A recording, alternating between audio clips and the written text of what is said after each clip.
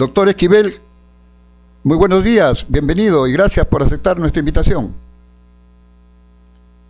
Buenos días, amigo Telmo. Muchas gracias a ustedes por la invitación para compartir en este momento. Aquí estábamos tal como habíamos ya semanas atrás, habíamos quedado, faltaba algunas cosas. Vamos a dar un repaso porque nuestro público que nos sigue, que es muy preocupado del saneamiento físico legal de las propiedades, nos insistió. También, bueno, damos la bienvenida a don Telmo Francisco Zabaleta. Muy buenos días, doctor. ¿Cómo está? Muy buenos días y siempre es un placer estar en el programa. Gracias por la oportunidad. Estamos listos para responder todas las preguntas que sean posibles. Bueno, gracias. Empezamos con el doctor Esquivel.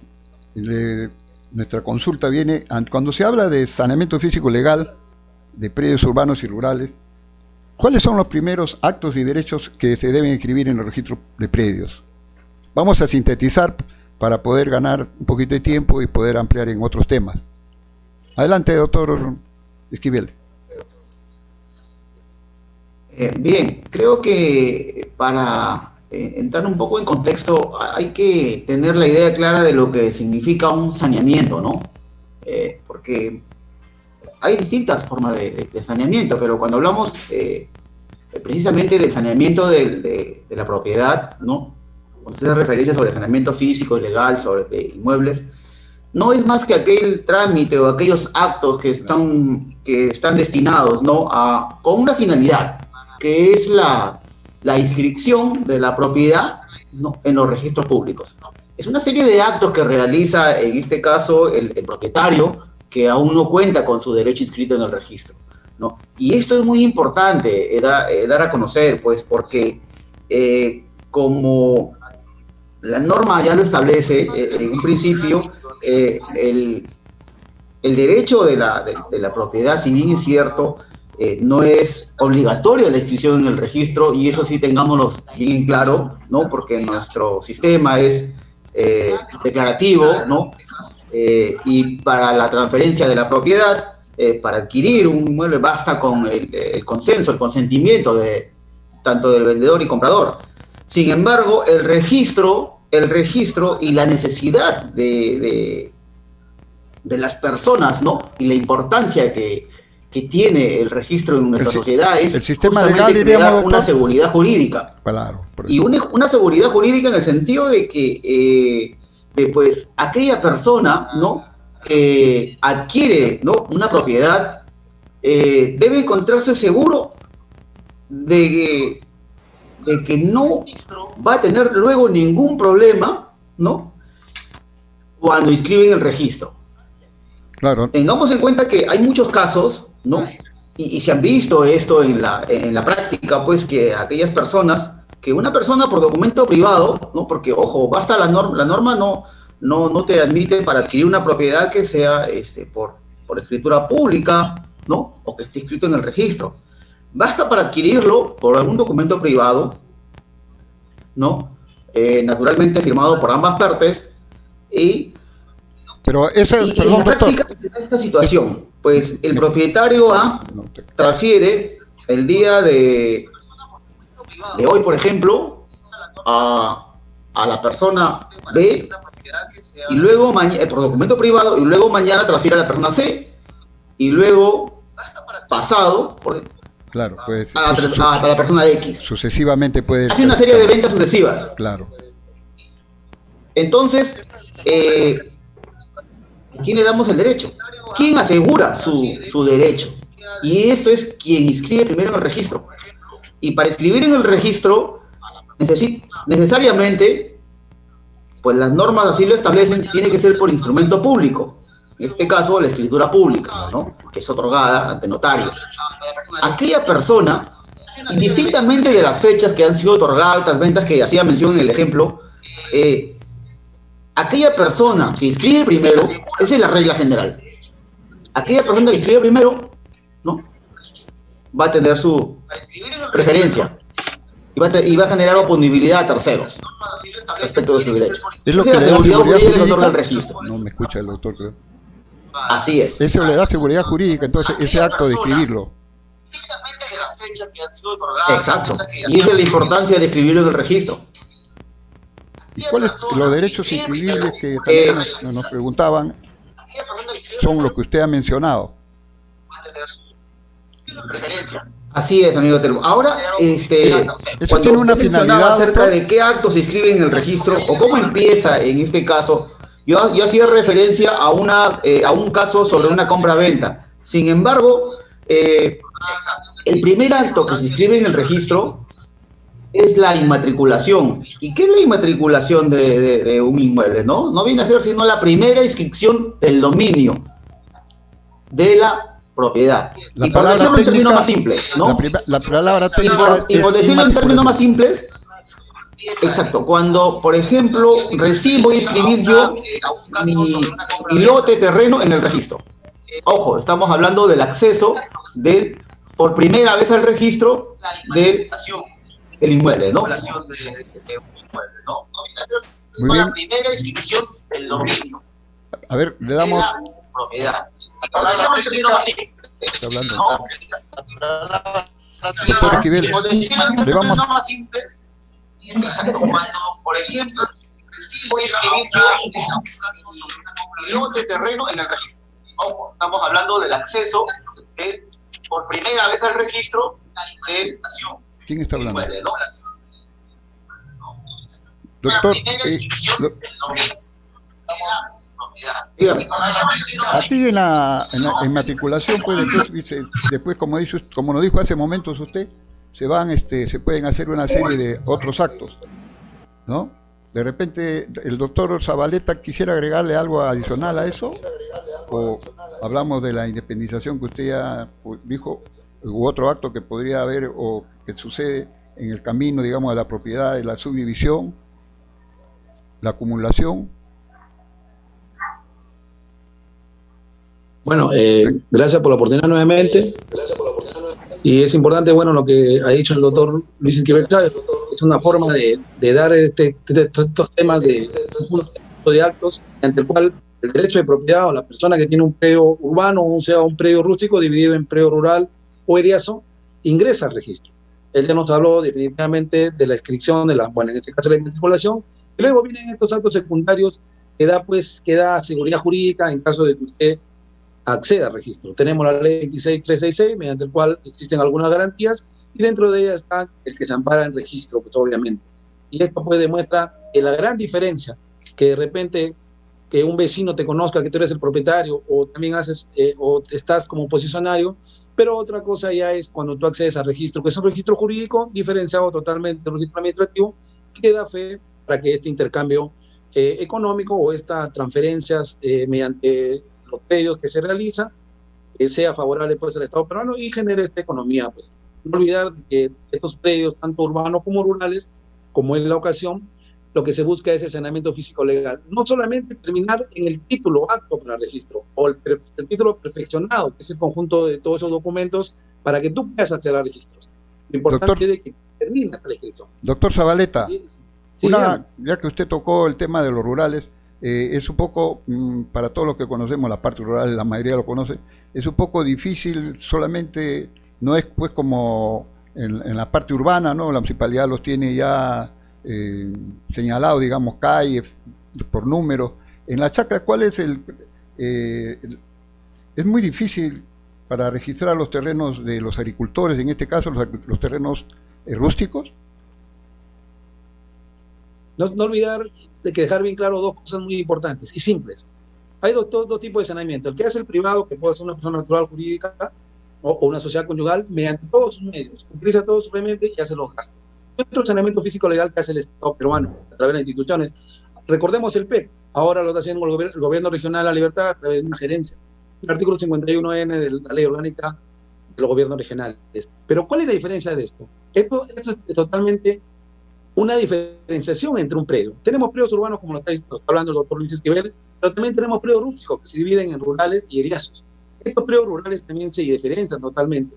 Inclusive existe la famosa anterior que se decía unidad catastral. Hoy día tenemos, en estos casos, el código de referencia catastral, o tenemos también los certificados certificado de información catastral, donde se determina, en este caso, el área y centroides UTM, en este caso tenemos norte y este.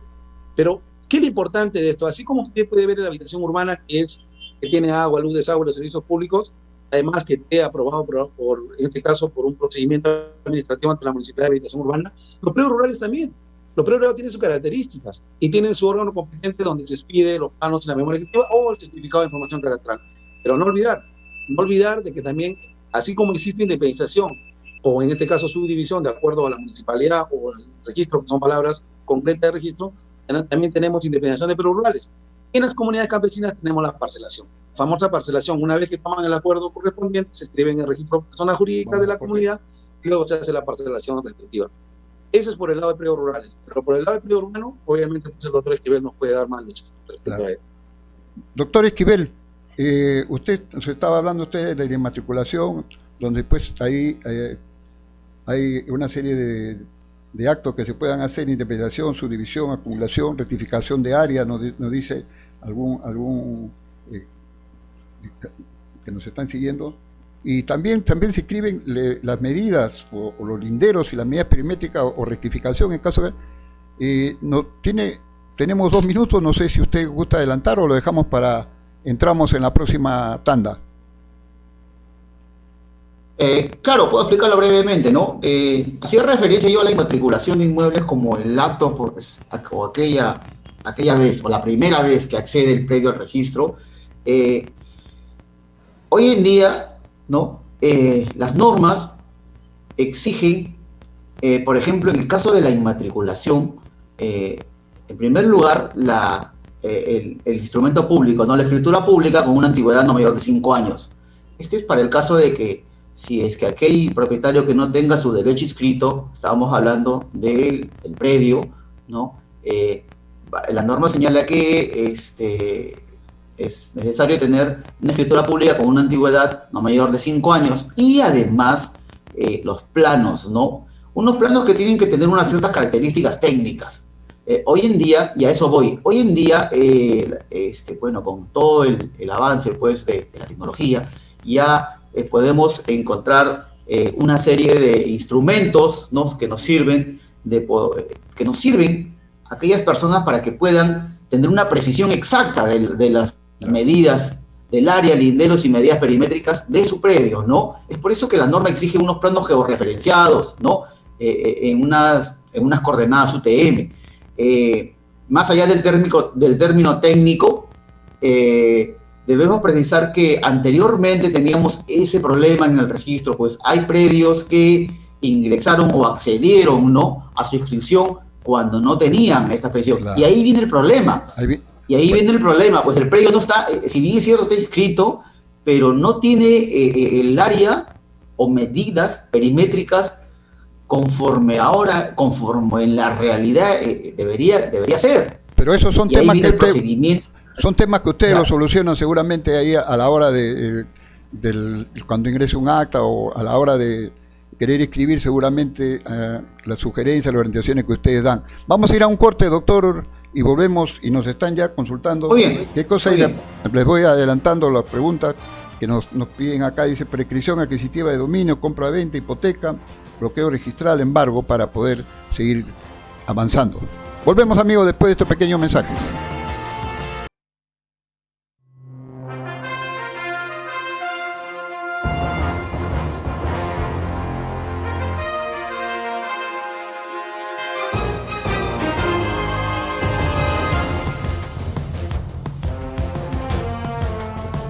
Doctor Esquivel. Sí, Doctor Esquivel, ¿se nos quedamos pendientes, decía yo, tenemos una retafila de preguntas, no nos va a alcanzar el tiempo, por eso vamos simplificando y también a ver si las respuestas son precisas para poder avanzar, ¿no? Tenemos algo, le decía yo que tenemos, entre otras consultas que nos están haciendo, prescripción adquisitiva de dominio, cómo sería el trámite, cómo se la compraventa, la hipoteca. Después hay bloqueo registral, bueno, también nos están consultando, ¿no? Y otros temas más, pero creo que en esos 3 nos podemos centrar para poder aprovechar el tiempo. Adelante, doctor. Bien, sí se me escucha, ¿verdad? Sí, adelante, estamos. Perfecto. Claro, cuando hace referencia usted a la prescripción adquisitiva de dominio, ¿no? que están preguntando. Un inicio, se hablaba sobre el saneamiento, ¿no? sobre el saneamiento de la propiedad. Entonces, la prescripción adquisitiva de dominio es una de las formas de saneamiento de la propiedad, ¿no? El cual consiste, pues, que aquel posesionario, ¿no?, el propietario, que no tiene su derecho inscrito, regularice, ¿no?, a través de este procedimiento. ¿Y en qué consiste este procedimiento?, ¿no? La norma establece o regula 3 tipos de procedimiento en el caso de predios urbanos, ¿no? El procedimiento notarial, el procedimiento judicial, y también hay un tercer procedimiento administrativo, ¿no? Y básicamente voy a enfocarme en el tema del procedimiento notarial, ¿no?, que es el cual... El más común.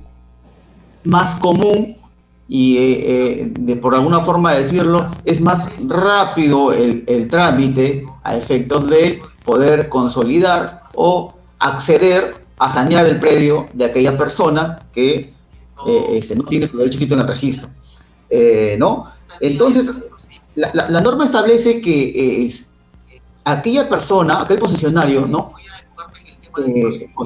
tiene el predio de forma pacífica, continua, pública, y por 10 años, ¿no?, que posee el predio, por 10 años, puede recurrir a este procedimiento notarial, ¿no? Obviamente que tiene que acreditar una serie de requisitos, como por ejemplo, ¿no?, los planos, que es muy importante, la norma sí lo establece, a efecto de que el notario inicie este procedimiento. Es un procedimiento, por decir, corto, ¿no? Porque si recurrimos a la vía judicial, pues claro, tenemos nosotros ya una idea de que este procedimiento en el tiempo se alargan demasiado. Muy largo. Entonces, claro, el procedimiento notarial es más rápido, más accesible y abarca sobre todo a predios urbanos, ¿no?, o aquellos predios que se encuentran en una área de expansión urbana. El procedimiento, una vez que haya iniciado ante notario, el notario remite al registro una anotación preventiva, luego publica por 3 días, a efectos de que si algún tercero se siente afectado, ¿no?, pueda presentar su oposición.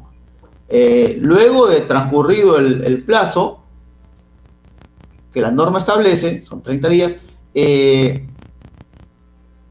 inscribe, el notario eleva un acta a escritura pública e inscribe en el registro, ¿no?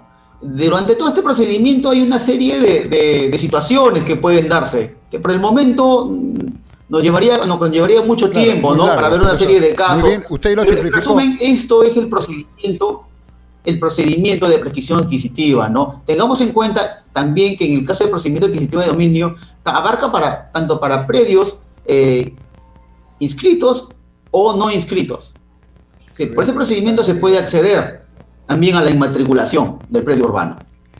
Y en el caso de que el predio ya esté inscrito, y en muchos casos se da la situación de que conste en el registro como un predio de mayor extensión, entonces el procedimiento notarial lo que realiza conjuntamente con la adquisición del derecho, la declaración que el notario realiza, también solicita al registro la independización del predio. Bien, ¿no? Doctor, vamos, nos insiste que hay un bloqueo, dice, ¿no?, parece a fin de evitar algún problema, seguramente con el que se considera propietario. ¿Cómo nos podría usted explicar ese bloqueo registral que existe? Bien, el bloqueo es una inscripción preventiva, provisional, ¿no? Okay. El bloqueo se da en aquellos casos en el que 2 personas, vendedor y comprador, estábamos hablando de un derecho inscrito, ¿no?, ellos están formalizando una transferencia de la propiedad, ¿no? Es decir, ambos ya asumieron un compromiso, un acuerdo sobre la venta de un determinado inmueble. Entonces, cuando ellos están formalizando este acto jurídico, ¿no?, que debe ser otorgado ante notario, sin embargo, a efectos de que el notario, sin embargo, durante el proceso del procedimiento de la celebración del acto, el notario puede remitir con una minuta al registro a efectos de que se bloquee la partida, ¿no? Claro. Que se anote preventivamente. Y esa anotación en el registro, ¿y con qué finalidad tiene? Pues obviamente para reservar una prioridad de esa futura inscripción definitiva. Es decir, cuando están celebrando el contrato, cuando ya celebraron el contrato mediante un documento privado, este documento puede ser remitido al registro y se bloquea la partida. Este bloqueo, según la norma, tiene una vigencia de 60 días. ¿Y con qué finalidad? Primero, reservar el derecho, ¿no?, de que se envía en el despacho del notario, se están formalizando una compra-venta. Bloqueas la partida a efectos de que no se inscriba en esa partida ningún acto posterior de transferencia. Claro, pues porque ya está resguardando un derecho, que viene a ser sino la transferencia, ¿no?, del inmueble. Entonces, el notario, una vez que concluye todo el procedimiento de formalización de la venta, remite al registro la escritura pública, que es el documento, ¿no?, que es necesario a efecto de poder inscribirlo. Entonces, cuando se remite al registro, esta escritura pública no se cancela el bloqueo, sino simplemente por la misma situación, por el mismo hecho de que se escriba la compra-venta, claro, en esa partida, ya el bloqueo no tiene ningún efecto, ¿no? Muy bien, doctor. Con su permiso, a ver, el doctor Zabaleta nos insisten acá, aquí en los que nos acompañan, todos nuestros oyentes, ahí existe también una anotación de demanda. Muchos son sus colegas los que están consultando esto. Parece que ¿nos puede usted, doctor Zabaleta, sintetizar también la anotación de demanda, por favor? No hay ningún problema. Lo que hay que dejar en claro siempre, y para que los amigos participantes nos puedan entender, una vez que se escribe el derecho de propiedad en los registros jurídicos, con la primera inscripción de dominio, ya sea con la inmatriculación, en este caso la primera inscripción de dominio, o por una petición adquisitiva de dominio, como lo ha detallado el doctor Luis Esquivel, ya tenemos el derecho de propiedad escrito. Si tenemos el derecho de propiedad escrito, somos propietarios con derecho escrito. Obviamente tenemos una partida donde consta la titularidad y el inmueble. Eso hay que entenderlo muy claro para nuestros amigos. Luego ya vienen los actos secundarios, como tenemos compraventa, anticipo legítima, donación, y un sinnúmero de actos secundarios que están en el artículo 20 y 19 del Código Civil y en los reglamentos de inscripción del registro de precios. Sin embargo, hay que dejar claro las cosas. En caso de que exista algún problema judicial y el demandante, y en este caso es un proceso judicial que ya está corriendo, es decir, que está en proceso, se le puede solicitar al juez la anotación de demanda en la partida registral. Obviamente hay ciertos requisitos que hay que cumplir por cuanto el oficio y claro, en este caso las copias debidamente certificadas por secretario judicial y la resolución donde indica de que se anote la demanda. Obviamente el derecho de propiedad tiene que estar escrito a favor, en este caso, del demandado, porque se está haciendo una anotación de demanda al respecto y eso es importante tenerlo en cuenta. Sin embargo, es importante también decir de que esto va a dar prioridad y además también es un tema de publicidad frente a terceros. En caso que uno quiera adquirir un inmueble o de repente realizar cualquier trámite, se va a dar cuenta de que está en proceso judicial una demanda y lo importante es de que le va a advertir para ello. Entonces, eso es el caso que se da en una anotación de demanda. Una alerta, es una alerta prácticamente. Más que una alerta, es una publicidad y es un acto que es escribible en el registro de predios. Claro, por lo tanto, es un acto válido y al momento posiblemente de sacar usted un certificado de gravamen que tiene que ver con la publicidad registral, nos vamos a dar cuenta de que existe una carga o un gravamen. Sí. También ayudando un poquito a estos temas del saneamiento físico legal, con su inscripción al registro de predios es importante conocer estos temas porque nos van a dar la importancia al momento de adquirir un inmueble. Y más aún, aquellas personas que todavía no inscriben su predio en los registros jurídicos. Claro. No olvidar que mucha gente tiene el registro administrativo. Yo pago mis impuestos, tributo municipal, tengo un registro administrativo, por ejemplo, el Ministerio de Agricultura, pero ¿qué pasa cuando yo le escribo un registro jurídico? Los registros jurídicos están a cargo de la SUNAR. Y estos registros jurídicos que están a cargo de la SUNAR, el predio o el predio urbano rural se inscribe en el registro de predios. Por lo tanto, acá hay un tema de calificación registral por registrador. Y eso es muy importante también tener la diferenciación para nuestros amigos oyentes, obviamente, y de alguna manera fácil que lo entiendan. Entonces, no olvidar, por ejemplo, el doctor Luis Esquivel está hablando de la prescripción de dominio en sede puede ver, sea administrativa, puede hacerlo judicial y puede hacerlo notarial. Nos ha hablado detenidamente el notarial, donde hay que verificar si el predio es urbano o tener alguna documentación respectiva. Vamos a ir al corte, doctor Esquivel, doctor Zabaleta, y por favor les adelanto algo que nos también insiste: la traslación de dominio por sucesión intestada, dice la consulta, y el testamento. Parece que hay una serie de problemas en estos días, y entonces le voy dejando la traslación de dominio de la sucesión intestada y testamento. Esa es la mayor cantidad de consultas que aparecen en estos días, pero volvemos después de estos pequeños mensajes comerciales. Gracias, volvemos.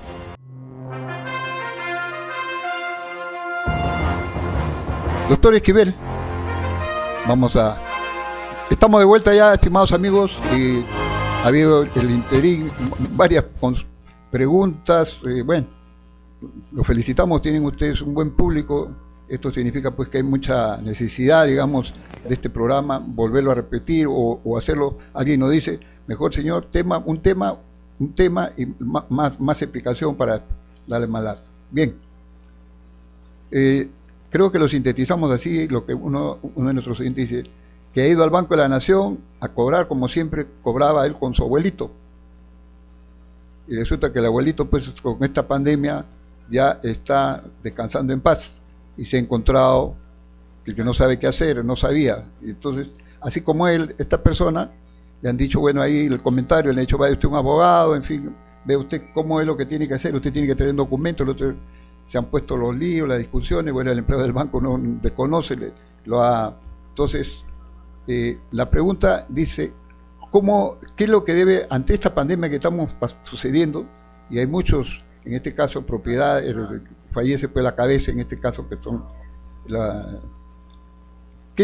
¿cuál es el trámite que hay que hacer para poner el testamento, antes se llamaba la herencia? ¿Cómo es alguien nos ha dicho, ¿cuál es el traslado de dominio? Tenemos todavía un poco de tiempo que podemos explicar, doctor Esquivel y doctor Zabaleta, por favor. Adelante. Bien, sí, claro, tiene usted toda la razón cuando hace referencia a que, lamentablemente, digo esto siempre porque esta pandemia nos ha traído esta serie ahora de problemas, ¿no? Pues hay muchas personas, hay miles de personas que han fallecido en el Perú. Según datos estadísticos son algo más de 30.000 personas, extraoficialmente quizás sean más, pero ¿qué ha conllevado a esto? Pues que surjan una serie de problemas, ¿no? A raíz de estas lamentables pérdidas. Y uno de ellos es, ¿qué sucede cuando una persona fallece? ¿Qué sucede con qué sucede con sus inmuebles?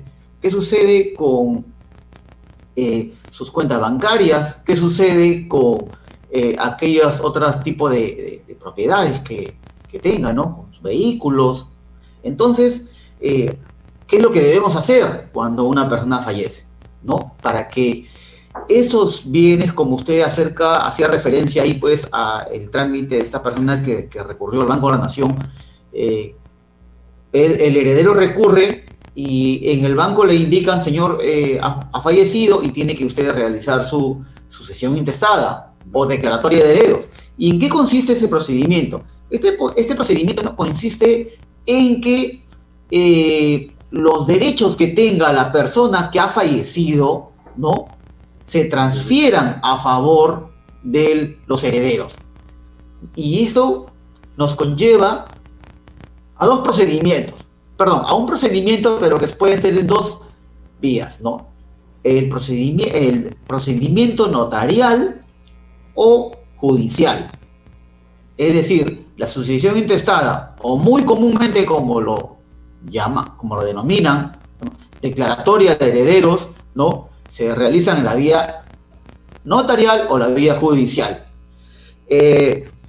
Como ya expliqué, ¿no?, esto va a implicar de que las personas, ¿no?, o los herederos de la persona fallecida, ¿no?, se declaren legalmente como tales y adquieran los derechos posteriormente. Acá debemos tener en cuenta dos situaciones. En el caso de porque usted hacía referencia a una traslación de dominio y a una sucesión intestada. La sucesión intestada ya estamos explicando que se puede realizar el procedimiento ante notario, ¿no? O en la vía judicial. Los requisitos básicamente ahí les van a señalar, pero les van a, dentro de otros les van a solicitar las partidas de nacimiento para que acrediten, ¿no? Para que acrediten el vínculo familiar. Entonces,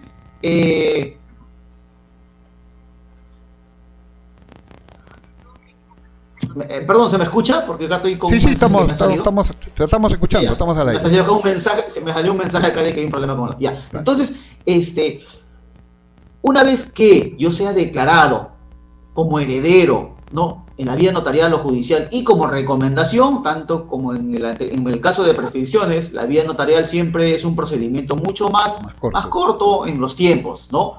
Entonces, ya cada uno tendrá que ver el tema presupuestal ante diferentes notarios que puedan ir a consultar para que puedan iniciar este procedimiento. Muy bien. Entonces, una vez que se les declare, ¿no? O tanto notarialmente, en la vía notarial o en la vía judicial, se inscribe, el notario en este caso remite un parte al registro. Y si es en la vía judicial, un parte judicial. Y si es en la vía notarial, un parte notarial. Entonces, una vez inscrito en el registro, sucede una situación, que esta declaratoria o sucesión intestada se va a inscribir en el registro de personas naturales, específicamente en el libro de sucesiones intestadas. Ahí hay que tener en cuenta dos aspectos, porque siempre la persona o el ciudadano, ¿no?, que realice este tipo de trámite piensa que inscribiendo la sucesión intestada en el registro de sucesiones intestadas, valga la redundancia, ya está inscrito el derecho. Y no es así. Pues el registro abarca, como su mismo nombre indica, varios registros dentro de sí. Y dentro de ellos tenemos dos que involucran a este tipo de casos, que es el registro de predios, donde se inscriben, ¿no?, los predios, como su mismo nombre lo indica, o inmuebles, ¿no?, y el registro de personas naturales, dentro del cual abarcan el registro entre otros, de sucesiones intestadas, por ejemplo, ¿no?, o de poderes. Entonces, una vez que se escriba la declaratoria en el registro de sucesiones intestadas, ¿cómo hago para que yo inscriba el predio a favor del heredero? Entonces, con una solicitud, se dirige una solicitud, pero al registro, esta vez destinado al registro de predios, para que la propiedad se transfiera a nombre del heredero. En esta solicitud, basta con una simple solicitud, debe indicar de que ya se inscribió la sucesión intestada, ¿no?, en la partida X, ¿no?, en el cual se aperturó, y en virtud de ello quiere que se inscriba la propiedad del fallecido, ¿no?, que en este caso es el familiar, pues, del quien recurre, del heredero que recurre, y se le declare como herederos. Es decir, que el inmueble pase a ser de propiedad de los herederos. Bien, doctor Ese Esquivel. es el paso a seguir. O sea, una cosa es la sucesión intestada y otra cosa es la traslación de dominio en el registro de predios. Muy bien, ahí estamos. Y perdón, y para aclarar, y si tienen vehículos, tiene que dirigirse la solicitud al registro vehicular. Ok. Sí, seguramente ya es la parte ya administrativa, lo deben conocer sus colegas, y si no, también tienen ustedes orientación legal. Lo común, señor Telmo, y permíteme recalcar acá, es que hay una cierta, a veces, una mala percepción de que una vez inscribiendo el notario la sucesión intestada, basta que con esto yo nomás ya esté regularizado el derecho en este caso, si tiene inmuebles, del predio, o si tiene vehículos, por ejemplo, o si tiene participaciones en una persona jurídica, ¿no?, pues una sociedad. Entonces, basta que yo escriba en el registro de personas naturales y ahí queda todo. No queda todo el trámite ahí. Y yo he visto en muchos casos que me han preguntado, a veces familiares, amigos, claro, que piensan que inscribiendo de una vez en el registro de sus unidades, ya automáticamente también los demás registros van a tener que inscribir los derechos que tenía el causante a favor de los herederos. Cuando no es así, hay que solicitarlo. Hay que, claro, que pedirlo. como ya señalé, llenar una solicitud y dirigirlo al registro en específico, en este caso al registro de predios y que tiene inmuebles y al registro de vehicular tiene vehículos, ¿no? Ese es el procedimiento que debería realizar. Gracias, doctor Esquivel. Vamos a darle la palabra también al doctor Telmo Francisco para agregar algo más, porque vamos, sí, nos están dando unos minutos más la producción, así que lo escuchamos, doctor Zabaleta.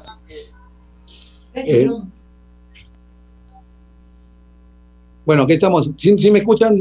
Sí, estamos al aire. Ya. Estamos en Mire, si bien es cierto, ya el doctor Esquivel habló claro, conciso y concreto respecto a la traslación de dominio, primero es un estado, luego en los bienes, tanto el registro de predios, si son inmuebles, y registro de propiedad vehicular, si son vehículos. Caso concreto. Pero también existen otros casos en la vida real con la problemática del país.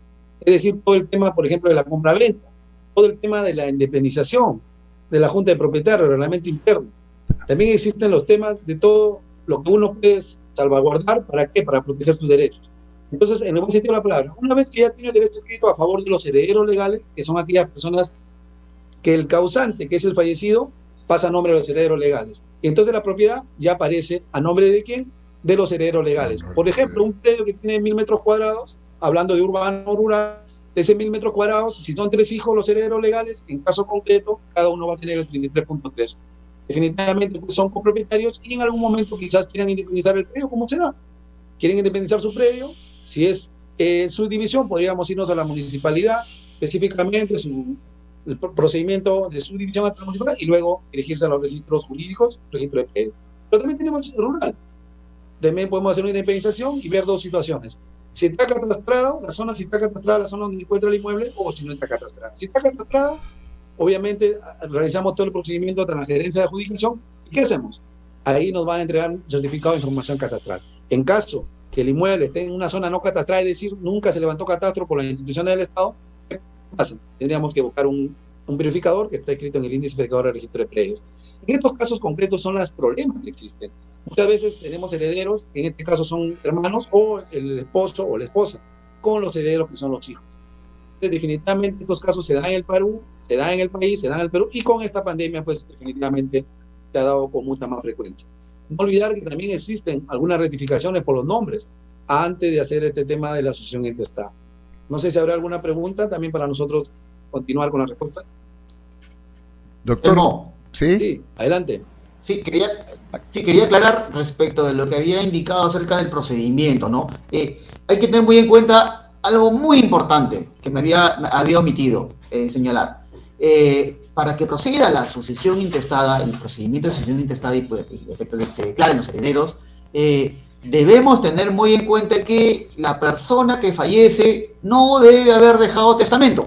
Ese es un requisito muy importante. Caso contrario, no procedería. Ya existiría un documento de haber por medio, dejado claro. testamento. Lógico. Claro, pues uno de los requisitos que solicitan en la vía, cuando vas a iniciar un proceso en la vía notarial o judicial, es que tienes que adjuntar un certificado, ¿no? Un certificado negativo de sucesión intestada y de testamento. Eso es muy importante. Y eso te requiere el notario al momento de iniciar el procedimiento, ¿no? Si es en esta vía correspondiente. Si recurres a la vía judicial, igual también son los mismos requisitos, ¿no? Sí, no olvidar que todos estos derechos nacen o se realizan los procedimientos fuera de registros. Por lo tanto, esa es una competencia por parte del notario o del juzgado. Ya la situación que ya ingresa a los registros jurídicos, cumplimos con los reglamentos de inscripciones que tenemos y obviamente pues accede siempre y cuando la calificación sea positiva por parte del registrador. Muy bien, le dejamos a nuestros oyentes que sigan con las preguntas, las vamos a tomar en cuenta y queremos comprometerlos, por eso, doctor Esquivel, para un próximo programa y vamos a tratar de hacer la sugerencia de nuestros mismos, que nos siguen, nuestros acompañantes, hacerlo un tema, si es posible, en especial, por tema vamos a tratar, creo que es la forma más, porque hay muchas preguntas, hay muchas que quedan en el tintero. En todo caso, pues, por eso nosotros acá somos un programa de orientación legal, que es el nacimiento de Alerta Jurídica. lamentamos que el tiempo nos gane y que ya tengamos que dejar el espacio, y entonces le agradecemos nuevamente, doctor Esquivel, muchas gracias por haber aceptado nuestra invitación. Lo comprometo, queda pendiente para tratar temas directos, por tema, no para global o digamos, sino un tema con el tiempo preciso para que podamos ampliar mucho más las consultas. Al doctor Zabaleta también le agradecemos su presencia, ha sido usted muy amable, sabemos que usted tiene una serie de compromisos con la familia también, por supuesto, ¿no? Entonces, también le reiteramos nuestro agradecimiento y muchas gracias le reiteramos a los dos profesionales en el derecho, y sabemos pues que su especialidad como es en saneamiento físico. Ha quedado muchas cosas, las preguntas están ahí y vamos a ir evaluándolas, y sobre todo ahí vamos a ver la próxima visita que ustedes tengamos para tratar temas directos, ¿ok? Ahí estamos. Gracias, muy amable.